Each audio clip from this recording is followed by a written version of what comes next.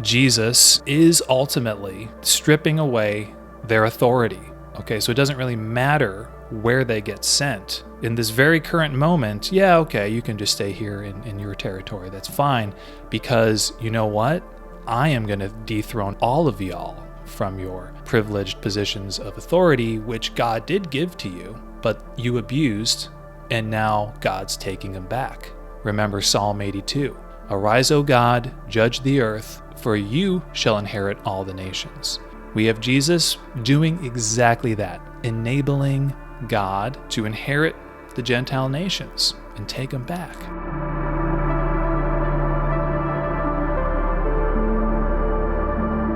This is part 2 of a 2-part series on the Gerasene Demoniac Exorcism in Mark chapter 5. Now, in the previous episode, what we looked at was Mark's use of the Watchers tradition.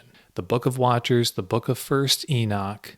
Mark seems to be making a lot of allusions and echoes to that material. He also seems to have in mind the apocalyptic scapegoat tradition, where impurities are transferred onto Azazel, and Azazel is bound and then cast down into an abyss.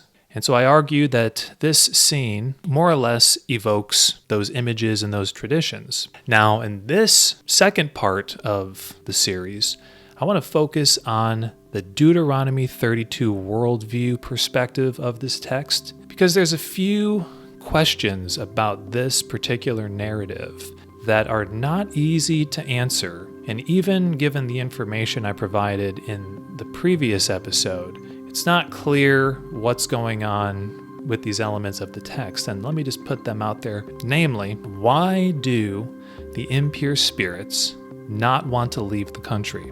They beg Jesus earnestly that he would not send them outside of the country. That's one key question. The other key question is, why does Jesus honor their request? Why does he do that? You would think that if Jesus really wanted to throw down in this scene, that he would say, forget you, I'm not going to do that. Right now, I'm casting you into Tartarus, so get ready. In fact, you're going far out of this country, fellas. But he doesn't do that. He actually honors their request. Those are the two questions that I want to answer in this episode by looking at a divine council worldview perspective, okay, or a Deuteronomy 32 perspective on the text. Now, there are actually a couple other oddities of this text, I suppose we could call them. Let me put those before us as well, because one thing that I didn't do in the previous video was present to you some of the common interpretations of this text that scholars proffer to explain the bizarre elements. And this really is one of the most bizarre exorcism scenes we have in the entire New Testament. So there's more than one bizarre element at play here. We already mentioned, why do the demons not want to leave the country? Why does Jesus grant their request? Okay, but there's also, why do the demons want to enter the swine in the first place? Why do they want to go into that swine herd over there on that hillside? Okay, and then why, once they're in the swine and possess the swine, why do they then rush off a steep precipice into the sea and drown themselves, effectively? Why would they do that? This is a really crazy gospel episode. And Mark's account, in Mark chapter 5, it's the longest version among the synoptic accounts of this scene. Now, some scholarly explanations for these oddities go as follows. I'll present a few of them to you, and I'll point out why each one is inadequate. One line of thought is that this scene is showing the destructive nature of Legion and the impure spirits, right? By going into the herd of swine and drowning themselves in the sea. Wow, this really shows just how destructive these demons were and the level of destruction and decimation they wanted to incur on the demoniac. The problem with this is that we already know how destructive these impure spirits are from the first few verses of Mark chapter 5. It describes the demoniac living in caves, or in tombs rather, being bound or trying to be bound multiple times because he's out of control. He's cutting himself with stones. He's crying out day and night. And he has a hostile posture when he confronts Jesus. So he's obviously already being destroyed by these evil spirits. So we don't need any further proof of the destructive nature of these demons. Okay, another explanation is that the exorcism, particularly the swine episode, shows the effectiveness of the exorcism. Okay, we know that Jesus was effective getting Legion out of the man because, well, we saw the swine do some crazy things. Apparently they were demon-possessed because they drowned themselves in the sea. So we know the exorcism was effective. Now, as I mentioned in the previous video, we don't need that scene to know the effectiveness of the exorcism, because at the very end of the story, Mark vividly describes the formerly demon-possessed man as sitting there, clothed and in his right mind. Right? The villagers come to see what's going on after they hear about it from the shepherds or the herders on the mountainside. And they come and see the formerly crazy guy just like sitting there like a normal person with clothes on. Wow, seems like evidence of an effective exorcism to me, right? You don't need the swine to show the effectiveness. All right, another explanation is that the demons required a host. They really didn't want to be disembodied.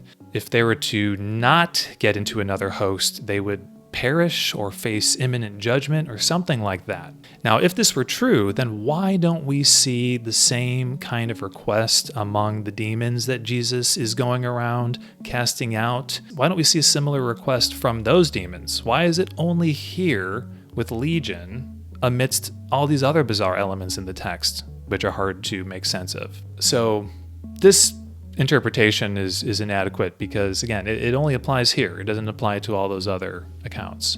Now, another line of thought is that this scene shows that the man had been cleansed, right? The scene with the swine, that's evidence that the man's been cleansed from impurity. Now he's clean. He's been forgiven of sin because his former sins, his former impurities have sort of transferred into that swine herd, and then they're destroyed and drowned. So his sin has been destroyed, has been dealt with. Something to this effect.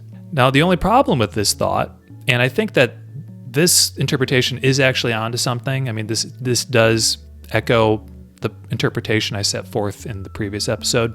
But to leave it at this is problematic because impurity and sin in the Old Testament, the place that it goes isn't into animals in the Old Testament, like here into the swine. The place where impurities go in the Old Testament, and again, we talked about this in the last episode, it's into uninhabitable domains. Okay, in Micah chapter 5, our sins going to be cast into the depths of the sea. In Deuteronomy 21, we have this blood guilt ritual where this potential blood guilt from the community is washed through the blood of a sacrificed animal, a slaughtered animal, through that blood, okay, down a river, away, down into the abyss. In the scapegoat ritual, it's the same thing, Leviticus 16. The sins are placed on the head of the scapegoat, and the scapegoat is then sent into the wilderness carrying that burden of sin on itself into the wilderness. So again, this interpretation is inadequate because impurities don't go into animals to get rid of them in the Old Testament. But this reading of the text does actually tilt us toward my interpretation of the scapegoat, right? Of there being an allusion to the Leviticus 16 scapegoat here in the apocalyptic scapegoat traditions. So I'll give it that. That's good. And finally, I'll put one further interpretation out here, and it's that the fact that these impure spirits call themselves Legion, this points us to an anti-Roman Empire thing that Mark has going on here. He's got an agenda against the empire. By Jesus casting out Legion and destroying him, this is signaling that the Jesus community ought to resist the Roman Empire. Okay, something like this, some kind of hidden transcript sort of thing going on, which there is some truth to this one as well. We'll touch on it here shortly. Now, our interpretation, the one that includes Mark's use of the Watcher's story and the scapegoat traditions, that does actually explain two of these elements, two of these bizarre elements of Mark's exorcism story. Namely, those two elements being the demons entering into the swine, right? Requesting to enter into the swine, and then the swine's precipitous plunge into the sea. Okay, it actually explains those two elements quite well because if these impure spirits are related to the Watchers in some capacity, which we know they are. We know they are because demons come forth from the carcasses of the Nephilim, the giants who drowned in the flood. So we have that automatically. But just like the apostate sons of God had sexual union with the daughters of men, Genesis 6, so here these impure spirits want to enter the pigs, sexual innuendo, and then their plunge off the sea evokes Azazel's binding and casting into an abyss, similar to the scapegoats getting pushed off of a rocky cliff in Second Temple Jewish tradition. That's not Leviticus 16, but that's how apparently they did it in the Second Temple period. Those two elements of the text are actually explained with our interpretation. And let me summarize, however, before we get into this Deuteronomy 32 divine counsel worldview aspect of the text, let me just summarize what we talked about in part 1 of this series so that we can kind of have the whole picture before us as we set forth this further interpretation. This exorcism story is the only one in the Gospels that includes both a transfer of an impurity and a disposal of that impurity. Now, it'd be one thing if Mark used the term daimonion, demon, but he doesn't. He actually uses unclean spirit. So we have literally a explicit impurity, just in the name. It's an unclean spirit being transferred out of the demoniac and into the herd of pigs and then disposed of in the sea. This follows the exact template of ancient elimination rituals, generally speaking, which were practiced all throughout the ancient Near East. And we went through that material last week. Okay, the template is this. An impurity is transferred into something, and then that something is disposed of into an uninhabitable domain, usually a body of water or the desert. Often these are portals to the underworld, so they're going down into the underworld, folks. Mark 5 follows the exact same template, right? Impure spirits transferred out of the man into the pigs. Now, the thing carrying the impurity, the pigs, disposed of in where? An uninhabitable domain, the sea, the thalassa, right? Which is a portal to the underworld. Luke actually changes Mark's sea to abyss. We'll talk about that in a second. So we have a broad elimination ritual evocation here, sort of context here, sort of atmosphere here. But it transcends just that. There's actually some allusions to the Watchers myth going on here as well. First Enoch 1-36, the Book of the Watchers. Okay, let me run through these real fast. Okay. First, the villagers attempt to bind the demoniac multiple times with chains, but they can't. The chief watcher, Azazel, does get bound with what? With chains, doesn't he? Yeah. The impure spirits want Jesus to swear an oath. They try to get him to swear an oath, those unclean spirits. The watchers on Mount Hermon do swear an oath right before they apostatize. The impure spirits beg Jesus for mercy, right? Don't send us out of this country, send us into the pigs. The watchers beg God through Enoch for forgiveness and mercy for their transgressions. The impure spirits want to enter into the pigs. Sexual innuendo. The apostate sons of God, those watchers, they took wives for themselves and had sexual intercourse with them. The pigs drowned in the sea. They die in the sea.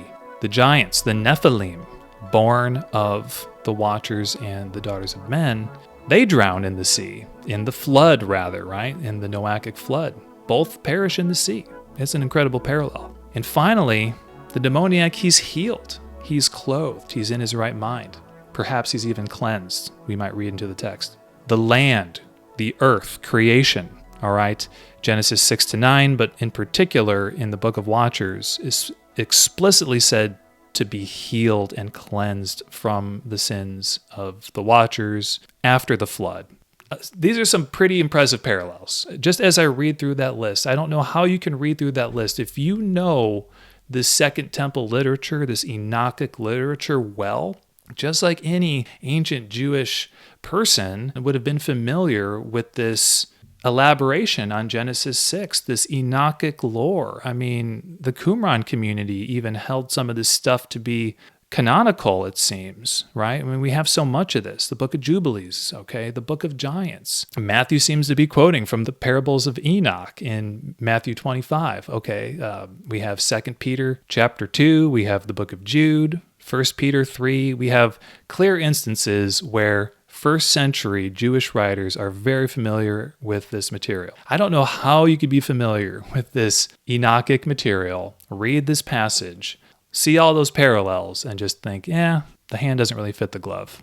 Then finally, summarizing the previous episode here, it's not just the Watchers material that Mark has his eye on, but it's also these scapegoat motifs as well, and general Day of Atonement motifs, which, as we know, because I did an episode on this earlier, the Book of Watchers, particularly 1 Enoch chapter 10, casts Azazel's judgment as an eschatological Yom Kippur, or an apocalyptic scapegoating. So these traditions become fused, and every Day of Atonement, every Yom Kippur, when that scapegoat takes the sins of Israel and is cast out to Azazel in the desert, that's a kind of recapitulation in and of itself of the judgment of Azazel, right?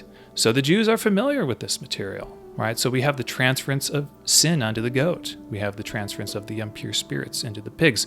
We have the pigs drowning in an uninhabitable domain, the sea, right? We have the goat going out into the desert. That's also an uninhabitable domain. Both contain portals to the underworld, by the way.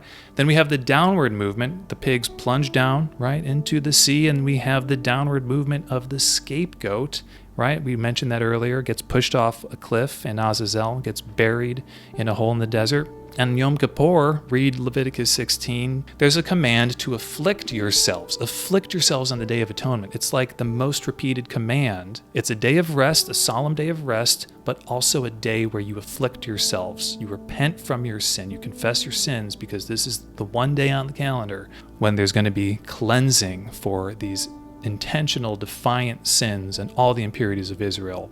Very important to afflict yourselves. And what do we see the demoniac doing? Afflicting himself, literally, with stones. We might even kind of say symbolically preparing himself for this cleansing, for this atonement ritual. It's reading a little bit into the text, but there's a parallel there. And then he acquires new garments after he's cleansed of this demon, we might say. He obtains new garments, and as we saw in these Second Temple Yom Kippur traditions, not even just Second Temple, Zechariah 3, Joshua the high priest, who's going to be cleansed. He's given new garments. All the nation of Israel is going to experience a cleansing, right? Then these garments that Joshua is given, the high priest, they symbolize that God's going to forgive Israel's sin on a single day, the Day of Atonement. So we have all those motifs. We have the Book of Watchers. We have scapegoat traditions. Now, putting that all before us, why, let me come back to this. Why do the demons, the impure spirits, not want to leave the country? Okay, why don't they want to leave the country? And why does Jesus say, hey, I'm not going to make you leave the country. You get to stay here. Go ahead and go into those swine. Does this reading, it's not even just my reading, because as I showed in the previous episode, there are two other scholars at least, now probably more, who have already seen all this stuff, okay? And that's where the initial spark of this idea for my reading of the text came from. Does our reading have the explanatory power to explain, why these demons don't want to leave the country and why Jesus grants their request? Well, I think it does, but we have to kind of supplement something to everything we just talked about. And we've been circling around it. But it's the Deuteronomy 32 worldview. What do I mean by this? Well, those of you familiar with the work of Michael Heiser have read Unseen Realm or Reversing Hermon. You're going to know exactly what I'm talking about. But let me share my screen if you happen to be watching this, and let me read from Deuteronomy 32, verses 8 and 9, and I think this is going to shed some light on our passage. This is Deuteronomy 32, verse 8. When the Most High gave to the nations their inheritance, when he divided mankind, he fixed the borders of the peoples according to the number of the sons of God. But the Lord's portion is his people, Jacob, his allotted heritage. So here we have God disinheriting the nations.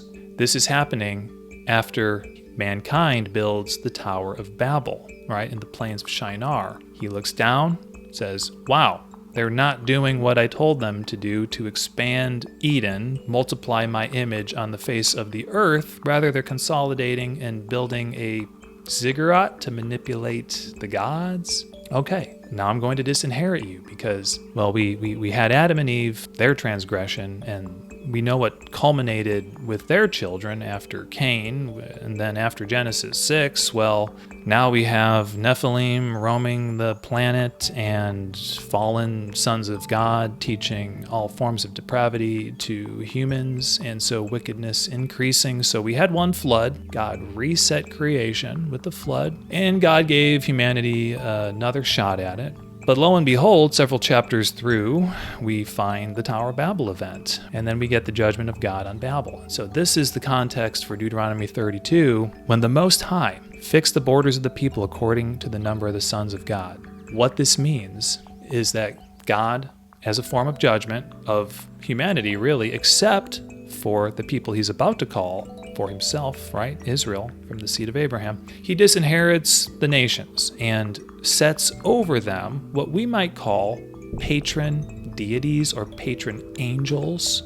These are the sons of God. These are the members of God's divine council. Notice here how in verse 8, God is called Hoopsistas, so that's the Septuagint, El Elyon in the Hebrew, but God is the Most High, right? Why is he the Most High? High above who, right? Who's lower than him? It's the divine council members. So God's called the Most High here because this is a sort of divine council context, isn't it?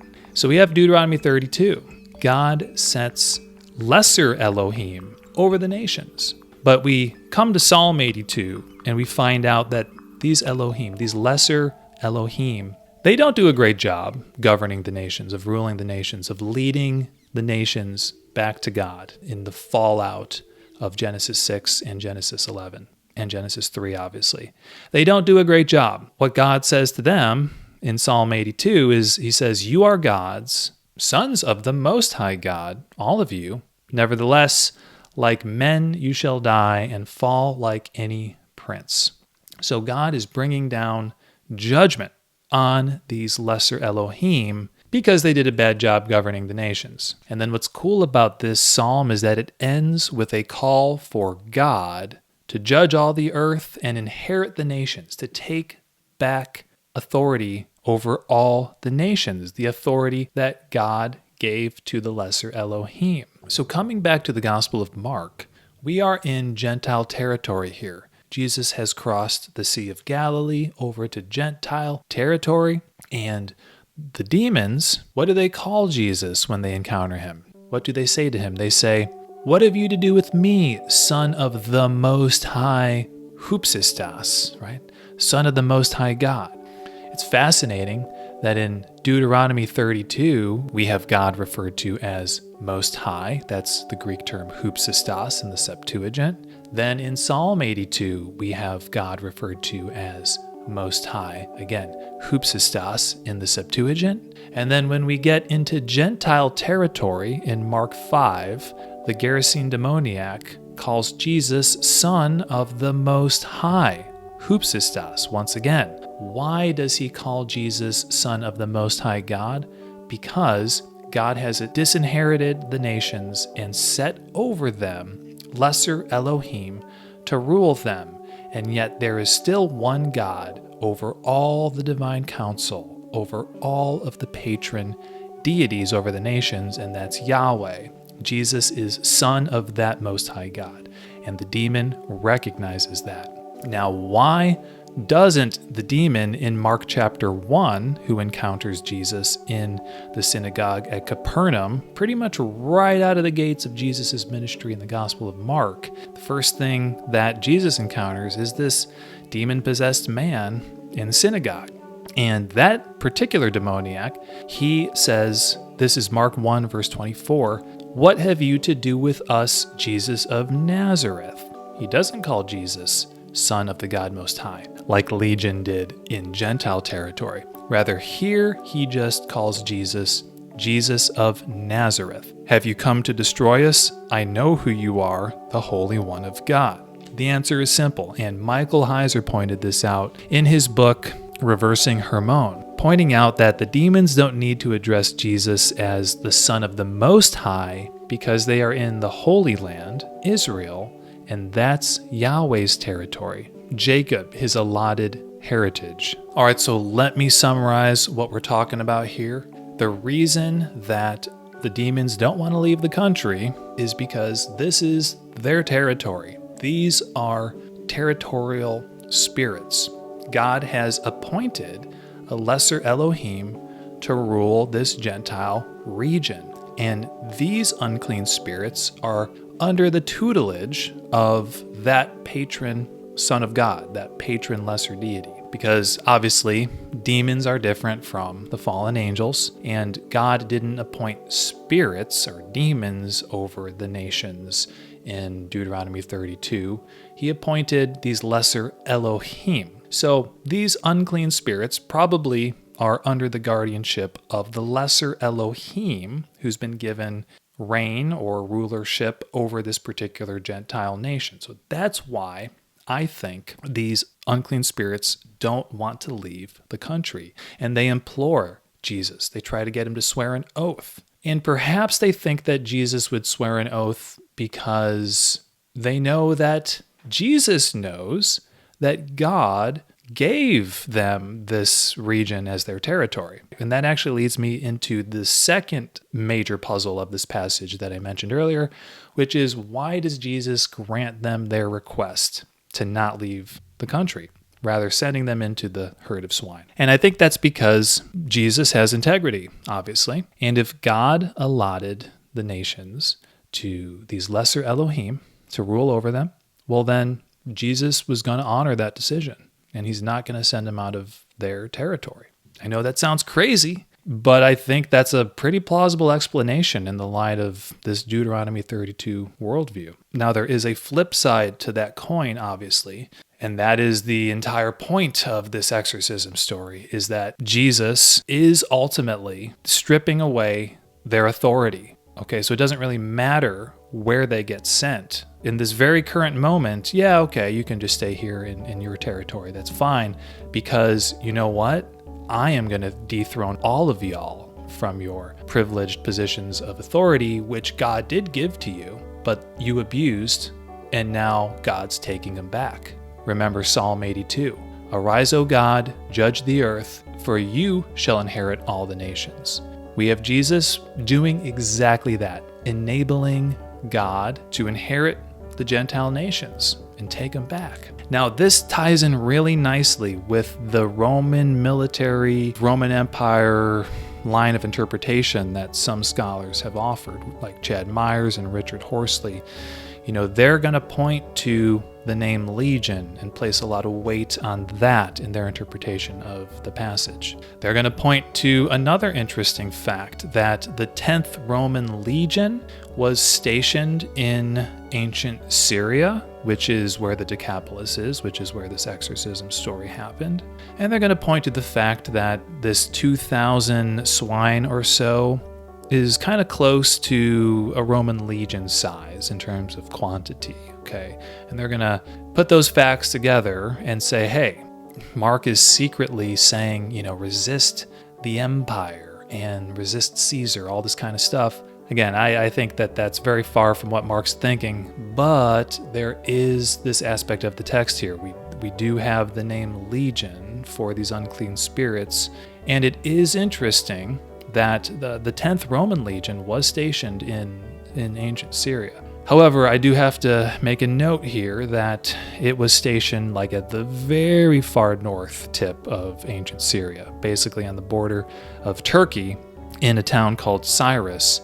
And so that was not very close to the Sea of Galilee at all. And so while the 10th Roman Legion may have been active in the Decapolis, they probably were. The location, the wintering location of the 10th Roman Legion was very far away from this, very far north. Okay, not even close. So I do think that scholars tend to overplay this interpretation, but there's some legitimacy to it. There's also evidence from ancient coinage showing us that the 10th Roman legion used the symbol of a boar as an emblem. However, here again, we have to add a caveat that they actually seem to have used multiple different emblems, okay, like a bull, a dolphin, a warship. Okay, so the boar was just one of several different kinds, but it was one of them. So I do think there's some legitimacy to this interpretation. Finally, I should point out that a Roman legion, in terms of quantity, was closer to 5,000 soldiers, and so 2,000 doesn't even really get close. So I don't think that parallel actually works. We still have some evocation of Roman military stuff going on here. So how do we tie that all in? And this is how I'll end it. This is the last thing really I want to say. And it has to do with, again, biblical theology. Biblical theology. Just like we see in Daniel 10, Isaiah 14, Ezekiel 28, and Revelation 18. You might know where I'm going with this. If these unclean spirits are the territorial spirits, the Deuteronomy 32 spirits of this Gentile region, right, belonging to a fallen patron Elohim, well then these impure spirits, especially if they're called legion, they are likely understood by Mark as the heavenly counterpart to the earthly political reality, because we have this notion, Daniel 10, we have a prince of Persia, right? We have the Persian king, a man, but above him mirrors a heavenly reality. That Deuteronomy 32, lesser Elohim ruling over Persia, they kind of mirror each other, the earthly and the heavenly. We have a prince of Greece in Daniel 10. Isaiah 14, same thing, king of Babylon, bad dude. But behind the earthly king lies a more nefarious heavenly king. We know Isaiah 14 likely referring to that chief cosmic antagonist to God. Ezekiel 28, same thing with the prince of Tyre. And then Revelation 18, same thing with Rome called Babylon. But really, behind those earthly powers and systems of oppression lie that ancient serpent, the devil, Satan the dragon. This is a clear biblical theme, and I think that if we take this to the Gospels, which is just rarely done, I just don't see a lot of people tracing these lines of thought through the Gospel narratives, but here I think we have a scenario in Mark 5, given all the stuff we covered previously with the Watchers tradition, scapegoat tradition, it just lends itself to this interpretation here. I mean, it just makes so much sense that they don't want to leave the country because this is where they've been given authority to rule. And Jesus recognizes that. So these territorial spirits, called legion, comprise the heavenly counterpart of the Roman Empire. And so in some sense, they are symbolic. They are symbolic of judgment on the earthly realities, the oppressive, tyrannical, godless, atheistic elements of the Roman Empire, for sure. But behind that, we know, lies a deeper, cosmic, heavenly reality. And here, Jesus is not just bringing judgment down on Empire of Rome, which is going to fade into oblivion eventually anyways, but on those cosmic powers behind them. All right, so let's stand back and sum all of this up. This scene in Mark 5 is profoundly striking and layered with meaning. The demon-possessed man evokes the archetype of a Nephilim-type figure, a violent, superhumanly strong being, while his impure spirits echoed the malevolent spirits of the Nephilim in 1st Enoch. The expulsion ritual mirrors the binding and casting of Azazel into the abyss in 1st Enoch, culminating in the swine plummeting into the sea and drowning, much like the Nephilim's judgment in the flood, ultimately bringing restoration, healing, and cleansing to the man. From the perspective of Jesus' earthly mission, this is far more than a generic triumph over evil. Jesus signals a targeted dethroning of the current sons of God, the apostate lesser Elohim, and their demonic minions from their inherited cosmic authority over Gentile territories. Though their final eschatological judgment awaits, which it does, and will come, God is already curtailing their dominion and installing his unique Son, Jesus, as Lord over all the nations, especially once he dies, rises, and ascends to the Father's right hand, thereby opening the way for Gentiles to enter God's family under one sovereign ruler and Father of all. The strong man, reference to Mark chapter 3 here, possesses a literal kingdom, a literal family of fellow rebellious divine beings. Yet Jesus has vowed to bind him, to plunder his possessions, namely the Gentiles, long held under their guardianship, which went awry.